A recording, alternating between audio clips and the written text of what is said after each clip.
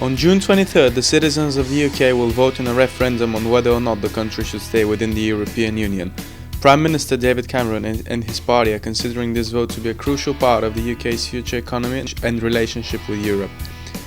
David Cameron is calling for the British people to vote for the country to stay, as he managed to agree on several essential demands with the other member states' leaders in Brussels in February. Let's see what students think. No, I don't support it.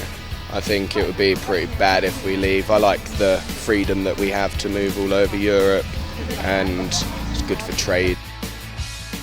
I don't support Brexit, but I will say this, that if the UK decides to leave, or England, if they decide to leave the EU, it's going to be impacting them more on the business side of things. So economy, the amount of trade they have in the EU.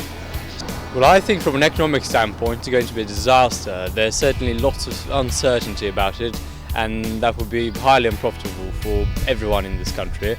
And as a student I look at it another way, and that's probably we're actually going to lose a whole lot of talent from the EU, and that would be really detrimental for the country. Of course, lots of students choosing another place to study instead of here. If they leave, the EU is going to cost them more.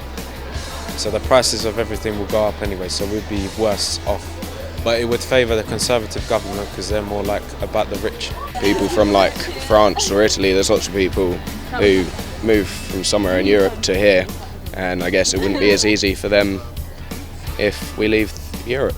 His demands include important issues concerning child benefits, migrant welfare payments, sovereignty and competitiveness amongst the people of Britain.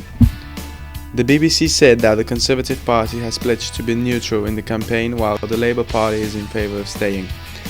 Leaving the EU or Brexit is supported by almost half of the possible voters according to the last polls. The UK Independence Party, along with several Labour and Conservative MPs, support Brexit, as they believe it will be a massive positive step in the development of the UK.